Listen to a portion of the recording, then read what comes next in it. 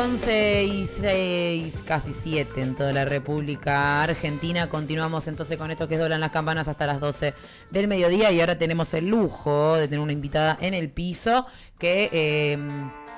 ahí está, mira cómo suena. Te damos la bienvenida entonces, Juli Baigorria. ¿Cómo andás? Bueno, muchas gracias. Bien, bien. ¿Estamos bien ahí? Estamos bien, ¿no? De micrófono y todo. Perfecto, genial. ¿Todo bien? Sí, bien, con la columna. Hoy nos hacemos presentes nuevamente. Vamos a hablar de un tema en específico, que es el vínculo de las travestis y la televisión argentina en un periodo de tiempo. Le pusimos un nombre a la columna que se llama Públicamente Desobedientes. Públicamente Desobedientes es como denominaban a Marlene Weyer, una compañera en Página 12, y que nada, me parece como que es puntapié para lo que va a ser a lo largo del tiempo este vínculo entre las travestis y la televisión. Sí, algo medio, desobediente en sí mismo, ya con la presencia. Quizás ni siquiera, ahora lo iremos hablando, imagino, pero ni siquiera tiene que ser desobediencia en términos políticos, un planteo, sino que ya la presencia, ¿no?, de personas travestis, trans en la televisión argentina, que siempre ha tenido, digamos, una forma de definir cuáles son los cuerpos aptos, las ideas aptas para estar dentro de ese sistema. Bueno, ya la presencia de una persona travesti trans, que en la historia argentina tiene bastante tiempo, ya es desobediente per se, ¿no? Exactamente, sí. Nada, la columna se va o al menos yo la voy a contextualizar en 3 momentos específicos, contextuales en el tiempo de la televisión, que las primeras 2 son nombradas y originadas por Marlene. Ay, perdón. La alarma. ¿Por qué? Perdón. ¿Son originadas por? Por Marlene, en una nota que hace en la revista El Teje, revista que fue creada por compañeras travestis para la profesionalización de ellas mismas. Nada. Marlene Weyer, estamos hablando de militante travesti, psicóloga, ¿no? Es ella también, con mucho desarrollo, no solo militante, sino también teórico respecto de la comunidad trans en la Argentina. Exactamente. La primera es TV Primavera, Televisión Primavera, post-dictadura, al principio ahí de la democracia. Vemos cómo la televisión llevaba una convergencia de, bueno, ¿y ahora qué? Después de haber pasado por un control absoluto en la época de la dictadura. Y así también vemos cómo las travestis usaron a la televisión, esta media nueva, democrática, por decirlo de alguna manera, con muchas tildes, como una manera de estrategia. Las travestis post-dictadura, ya le hemos mencionado en algunas de las columnas, pero sabemos que vivían en una democracia que para ellas no era para nada como tal. Vivían marginalizadas, desprestigiadas, todo lo que pasaba incluso en la democracia con las compañeras. Empezaron a encontrar una estrategia, una herramienta en la televisión. Ellas sabían que ya se hacían muchas manifestaciones al frente de las comisarías, especialmente una que es la comisaría 25 de Palermo, donde las compañeras se manifestaban para poder apoyar a otras compañeras que eran detenidas, y ahí empezaron a encontrar que cuando aparecían los canales de televisión, esas primeras cámaras, a las compañeras o al menos a las voceras no se las llevaban. Y empezaban a encontrar esta estrategia como para al menos a algunas que no se las lleven, y cuando se las llevaban aparecían el resto y no las podían meter en cana. Marlene tiene algo escrito en el Teje, que si no les molesta se los voy a leer. El escenario más común por mucho tiempo fue la puerta de la 25, cuando la policía se llevaba detenida a Luana Berkins, a Nadia Chazú o a mí misma, pero ese era el problema. Hacía un tiempo habíamos conseguido una conquista, que al menos a nosotras, que éramos voceras de la comunidad, no nos detuvieran. Y queríamos que esa conquista siguiera en pie. Así es que cuando nos detenían, las chicas se iban y se juntaban en la puerta, y para que no las metieran a todas, era importante que una cámara estuviera ahí. Era una contradicción, porque la tele nos maltrataba, pero esa tele era a la vez el gran ojo protegiéndonos.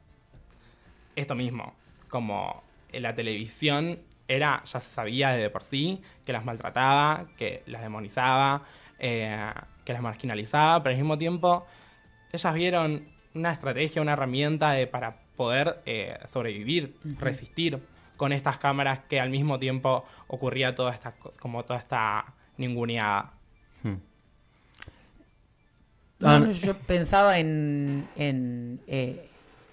cómo también eso se vincula en general, ¿no? Con pensar estrategias de acciones, digo, también de visibilidad, de impacto, ¿no? De poder mostrar la existencia, no solamente en este caso de una forma sistemática de la policía de operar con los cuerpos y las identidades travestis trans, sino en concreto de invisibilización también sistemática por parte de los medios de comunicación, y esta frase que como bueno, la realidad se puede tapar o hacer tapa, y como muchas veces, bueno, lo insurgente o lo desobediente, como se llama la columna en este caso, digo, rompe incluso lo que un medio de comunicación pueda pretender mostrar, y termina estando ahí y termina mostrando eso que quizás le sirve, le vende, y en otros casos simplemente es un hecho inocultable, y me parece que haber entendido y generado esos procesos también fue marcando que en otras luchas se traduzca, digamos, esta necesidad de buscar la cámara, de encontrar o cómo hacer para que ese ojo de la televisión esté puesto en hechos que no necesariamente son lo que el espectáculo que le sirve naturalmente. Exactamente. A lo largo de la columna es un poco esa la búsqueda de entender que la televisión fue un lugar mísero y miserable para las compañeras, pero al mismo tiempo era el lugar donde a ellas no sé si les quedaba cómodo, pero al menos que entendían que podían mostrarse ante una sociedad entera que en sí, en la vida cotidiana, no las reconocía, las maltrataban, las asesinaban, por supuesto. Nada, también en estos medios... También, perdón, sí, se daba algo de esto de en la televisión de bastante amarillista, quizás, ¿no? Ponerlas en un lugar sí. caricaturizado, ¿no? Incluso como que en esta etapa también se habla mucho de los vecinos contra las travestis. Uh-huh. Como esto, las compañeras exigían en la puerta de las comisarías su bienestar, y los vecinos era como no querían que los molesten, que ellos querían estar tranquilos, en paz. Y es como, pero no están exigiendo una boludez, están exigiendo su supervivencia. Uh-huh. Y bueno, esto también como esa televisión en donde el amarillismo aparecía entre el travestismo y los vecinos, como el travestismo contra la sociedad que venía a perturbar la sociedad entera, y los vecinos como, bueno, como la gente en común que simplemente quería estar tranquilos y en paz, y bueno, todo lo contrario. Avanzando un poco, llegamos a la época de los 90s, la época dorada de la televisión, y a esta etapa Marlene le puso TV Zapping, que bueno, iremos viendo el porqué. Tenemos un video, el primer video es de una entrevista de un programa de Mirta Legrand, que es el mismo programa que vimos en la columna anterior de Ilse Fuscova, en donde iban a hablar de homosexualidad. El video tiene una cuestión muy particular que estaría bueno que chusmen y después la debatamos. Mirta va a entrevistar a Alejandra Beatriz Costa, una mujer transexual, y podemos ver el video. ¿Y trabajás? Trabajo, soy modelo publicitaria, con mucho orgullo. ¿Desde chica tuviste esta voz? Sí, siempre, ¿sí? Siempre. Te iba a hacer una pregunta muy delicada. ¿Es cierto que fuiste violada a los 3 años? ¿Es verdad eso? Alguien me comentó. Sí. Uh-huh. Lamentablemente sí, pero eso no influyó en ningún momento, se podría decir, digamos, el tema de la operación, ¿no? En lo posterior después, claro. Había una flexibilización. Bueno, primero y principal, lo violento que es la entrevista no es igual sorpresa de Mirta, pero bueno, es complejísimo. Pero hay otra cosa que no sé si chusmearon. Yo no identifiqué... ¿Que la trata de ella? Bueno, no sé si están por ahí. Ok.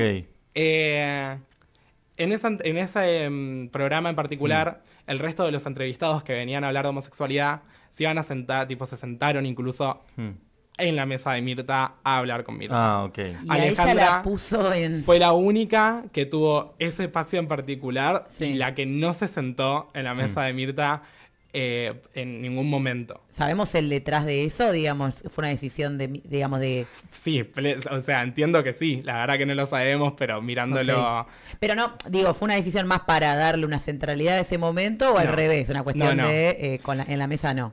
En la mesa. Putos y lesbianas sí. Putos en Ya ese travesti, momento. ya me está queriendo meter travesti en la mesa, dijo Sí, la Mirta, verdad que es un montón. mucho. No, lo simbólico de esta acción de decir como... Además lo que representaba la mesa de Mirta, que era como la mesa familiar, Claro. la mesa de todos y todas las argentinas, como... pero los travestis no. Claro. Las compañeras travestis no. Ahí es donde pongo la vara, dijo Mirta. Este es mi límite. Sí. Y donde, bueno, eso es muy violento, no solo la entrevista, sino el hecho en sí. Porque le dio el espacio al resto de personas, pero bueno, a Alejandra no. Y eso, es terrible. No, y la asociación ahí entre identidad de género y un hecho, Sí. digamos, como puede ser una violación que, digamos, si alguien sigue pensando que eso tiene algún tipo de asociación, no podemos venir a charlar. Obvio. Pero, digo, el ingreso a la conversación ya parte del estigma, digamos. En ningún momento le dice, che, ¿desde cuándo te percibís así? O qué te hizo percibir? No. Ya asociando directamente un hecho con eso, algo que claramente ni siquiera le había consultado de charlar previamente porque la agarró por sorpresa. Obvio. Nada, a partir de este momento en la televisión empiezan a aparecer muchas entrevistas a compañeras travestis en donde podemos identificar la misma secuencia. Entrevistas muy agresivas, muy violentas, como cuestionándoles la identidad, su género, su forma, si estaban operadas, si eran prostitutas, si se drogaban, entre un montón de otras cosas que nuevamente ahí es donde aparece el amarillismo en la televisión, más que nada, y donde empiezan a aparecer y surgir figuras particulares. Yo tomo esta parte de la televisión zapping de los 90 más o menos hasta los 2010, es un montón de tiempo, pero al mismo tiempo es lo que ocurría genuinamente en la televisión. Sí, es una lógica Sí. de televisión. Hasta el 2010 solamente aparecían figuras travestis en la televisión para bardearlas. Encontramos a Zulma Lobato, que incluso hasta el día de hoy se usaba para chistes y para algo mucho más complejo. Nada, Zulma es alguien en que en su momento apareció denunciando que a las compañeras se la estaban llevando y que no duró ni 5 minutos esa denuncia, que ya la estaban humillando y ridiculizando, y que durante toda su carrera vivió cosas terribles, como cosas muy, muy complejas que es difícil de decir porque, nada, incluso en la actualidad vemos como Zulma es una jubilada que vivió toda su vida de la prostitución y que ahora no se puede pagar el alquiler. Y esto fue una figura que los medios utilizaron masivamente para ridiculizar durante un montón de tiempo y que, nada, eso, todo el amor para Zulma desde este lugar que al menos nunca se lo demostraron, pero que realmente todas sentimos por Zulma. Ella necesita de nuestro amor, necesita mucho más de nosotros, pero bueno, al menos lo que le podemos dar es nuestro cariño. Otras personas que aparecieron, voy a nombrar 2 personas en particular. La primera es Cris Miró, como alguien muy particular dentro de la escena y de la televisión argentina. Bueno, se ha hablado mucho en el último tiempo de Cris Miró y la verdad que para mí no hay palabras que contemplen a Cris, al menos no ahora. Ella fue una diosa, fue increíble y nada, la seguimos recordando. Tuvo un tiempo chiquito, pero bueno, estuvo ahí y la seguiremos rememorizando. Y la segunda es Flor de la B, quien mantuvo en su carrera apareció en los 90 y se mantiene hasta el día de hoy. Flor también lidiando con todas estas entrevistas completamente agresivas. Hay una entrevista por ahí dando vueltas que es media conocida, que no me voy a acordar. Es Sofovich, ¿no? No, Viale. Sí, era Viale. Mauro Viale. Sí. Que bueno, es terrible también. Flor tiene como 2 participaciones en concreto en la televisión que son muy importantes para mí. La primera es Los Roldán en 2004, que fue una serie masiva en la televisión. Y la segunda es La Pelu en 2012, que era un programa medio de diario. Pero ahí ya... Perdón, pero... Sí, que no era ficción, ¿no? La peli. No era ficción y ya desde un respeto a la persona de Flor de la B como, digamos, como persona, que no existía hasta ese momento.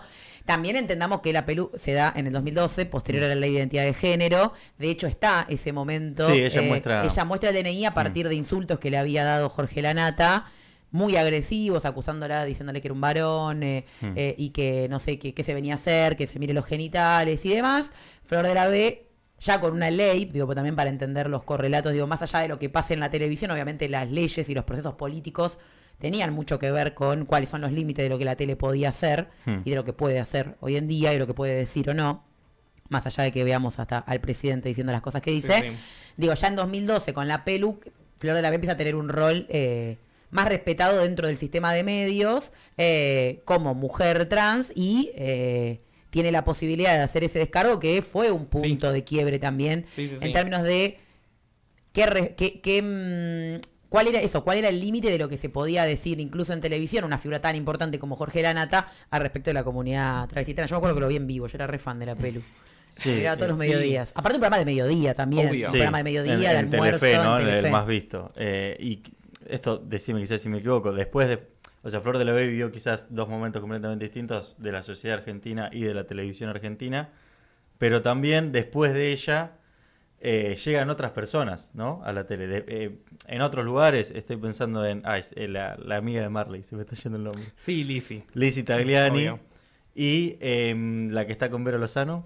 Costa, ¿no? Sí. Ya empieza a ver, bueno, son las dos panelistas, quizás Lizzy ha tenido algunas conducciones y demás, pero es quizás después de Flor de la B que terminan llegando. Claramente esto, en los 90 para mí hubo un piso de compañeras que fueron bastardeadas por toda la televisión e incluso la sociedad argentina, en donde digo que es un piso, pero porque no creo que Lizzy o Costa o me que ninguna de las compañeras que se presentan ahora puedan estar en la televisión como lo están sin antes haber ocurrido todo esto terrible que le ocurrió a diferentes compañeras, que no por minimizar los conflictos que tengan ahora Lizzy, Costa o las compañeras que se presentan en la televisión, porque son incluso hasta más complejas, porque no es simplemente una ridiculización en vivo, que es terrible, obvio, pero es mucho más atrás. Claro. Es tras bambalinas, digamos. Sí, que no puedas entrar a los medios, que si llegas a entrar es todo muy complejo.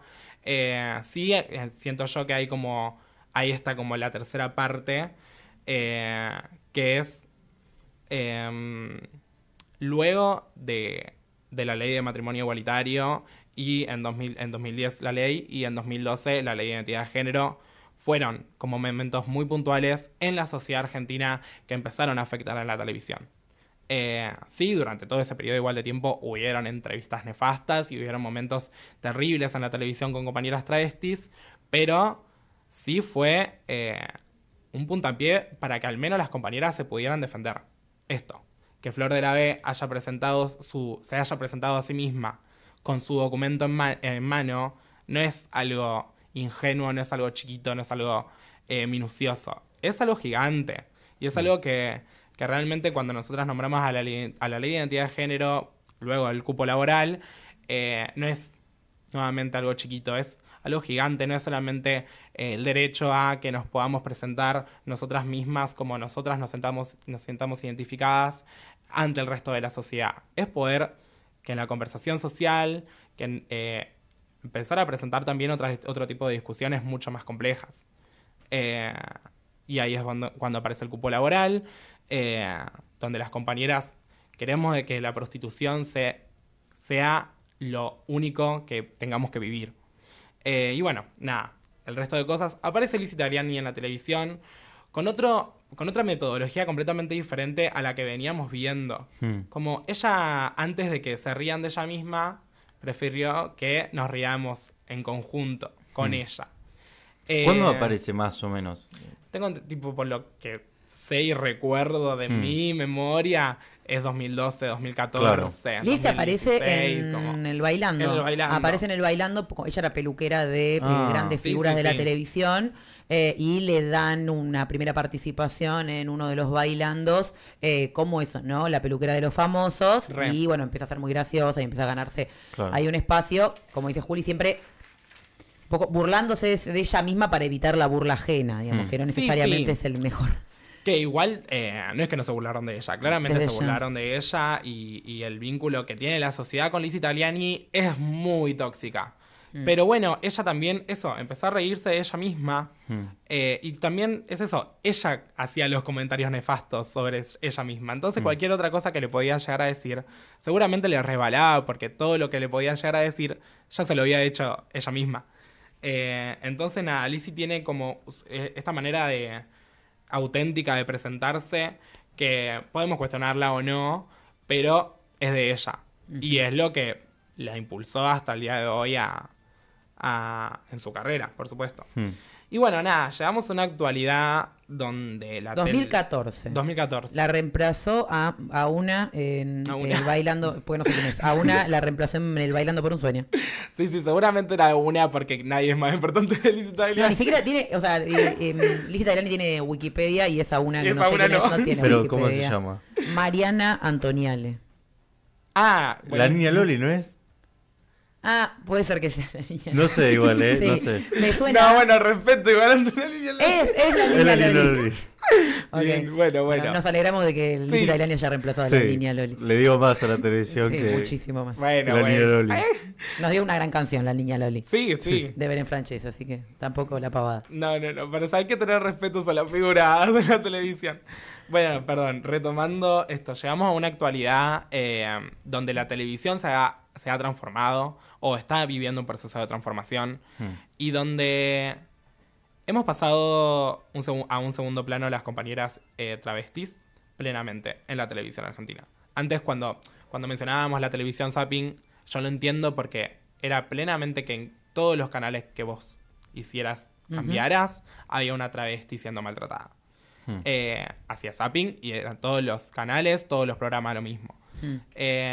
Y ahora pasó un cambio rotundo, donde sí vivimos igual una transfobia bastante impresionante en la televisión y en la sociedad en conjunto, pero directamente no aparecemos. Y no nos mencionan, y no hablan de nosotras. Capaz que aparece Alicia a conducir un programa, está Flor de la B conduciendo un programa, pero no es eso. Sí, y con una disociación de la, digamos, más allá de la presencia de esas identidades, no hay una agenda sobre esas problemáticas. Tampoco. Y estoy pensando incluso en este contexto, en la extensión, ¿no?, de la televisión argentina a otros grandes, por ejemplo, los nuevos medios, ¿no? El stream como los nuevos medios y la ausencia Sí, total. sí, total.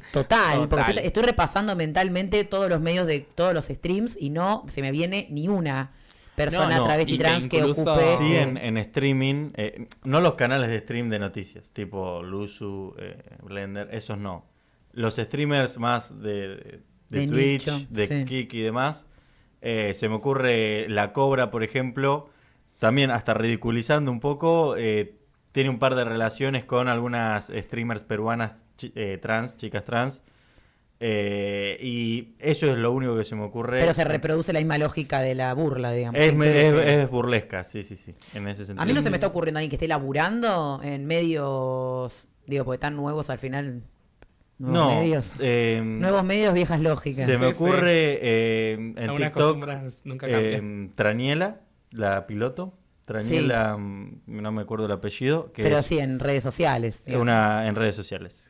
Campolieto. Traniela Después, Campolieto. sí, algunas figuras que fueron apareciendo. Pilota de aerolíneas. Sí, obvio, las redes sociales fue como otra Claro. manera de presentarse ante la sociedad, pero siempre hablamos de lo mismo cuando hablamos de las redes sociales, que es todo queda en un nicho. Claro. Y las compañeras no son masivas. No hay ninguna, creo, si no recuerdo mal, que ahora esté teniendo una participación masiva en las redes sociales tampoco. Nuevamente para mí queda algo en algo muy de nicho. Y que nada, que incluso pasó el enjuiciamiento del asesino de Tehuel de la Torre, y que en su momento, cuando recién desapareció Tehuel, los medios fueron una herramienta porque les servía a ellos, por morbo, por simplemente compañerismo, vamos a decirlo de alguna manera, o por diferentes razones, pero hicieron de esa desaparición algo presente en la sociedad, y que ahora que ha llegado a un punto, ha llegado a un lugar, ningún medio de televisión, incluso de comunicación, ha llegado a decir algo al respecto del juicio de Tehuel. Lo cual es eso, como, bueno, como lo que se ha transformado o dónde ha llegado la televisión con nosotres, las masculinidades trans. Bien, Bueno, gracias, dijo. Sí, no. Claramente es una lucha que les La única vez debemos. que recuerdo algo similar a eso es en la serie, la novela en realidad. Sí. ¿Cómo se llamaba? 100 días para 100 días para enamorarse, enamorarse. que era un varón trans. Creo que es Sí, lo más, sí, sí. la única vez que esa identidad fue nombrada en la debe ser lo televisión más cercano. argentina. Y que- Maite Lanata, ¿no? Sí. La actriz. Sí. Y que incluso... Que 100 encima era una días- actriz, Sí. cis hetero tampoco. 100 días para enamorarse. ¿Quién la vio? ¡Ey, pará! Tuvo. Pero no fue- No, lo pero masivo tuvo su que fue. repercusión. Para la mesa de la familia ya era la un tele hecho. no era lo que era, pero tuvo su repercusión, creo. También salió un poco algunas personas del colectivo diciendo no representa que no sea una persona trans, y otras quizás decían, bueno, al menos para visibilizar algo sirve. Acabo de recordar migajas. a otra participación trans en la televisión, pero no me voy a acordar, es Mariana, no sé si se llama Mariana igual, capaz que estoy volaseando un montón, que es de otra telenovela, que ella es una mujer trans y ponía su esperma para concebir. Sí. Sí. Ella es actriz del Sí, Marginal, sí. sí. Ella es mucho. una diosa también. Mariana, No se llama Mariana igual. Sí, se capaz llama que estoy Mariana, volaseando. Genesio Peña. Genesio, ahí va. sí, que estuvo sí. en los Oscars todos. Sí, sí, Sí, sí. no, Mariana es Sí. hermosa, pero nuevamente quedó transversal, tipo, no quedó Sí. en la actualidad. Y tienen que ser identidades despolitizadas para que les den lugar también. bueno, Digo, si hablan de sus principalmente. problemáticas, es como Principalmente. imposible. Acá Sol suma en el chat que escuchemos Fufu Radio. Dice Aguante Susy Shock, otra grande Sí, también, sí, que no tuvo obvio. tanta presencia en la televisión, me parece, o por lo menos que yo recuerde. Por lo que yo tengo, no. Siempre fue más del mundo under, de los medios de comunicación, pero bueno, sí tienen ese medio, se llama Fufu Radio, que es un medio de todas compañías travestis trans, que está buenísimo. Diana Surco también, Sí. conductora de la televisión pública. Bueno, la televisión Ya no. pública, ya no. La televisión pública fue, en su momento, un lugar medio dorado para las compañeras. Fue incluso el único en donde las entrevistas, por alguna razón, a Sí. ellas las trataban bien y eran entrevistas tipo genuinas y piolas.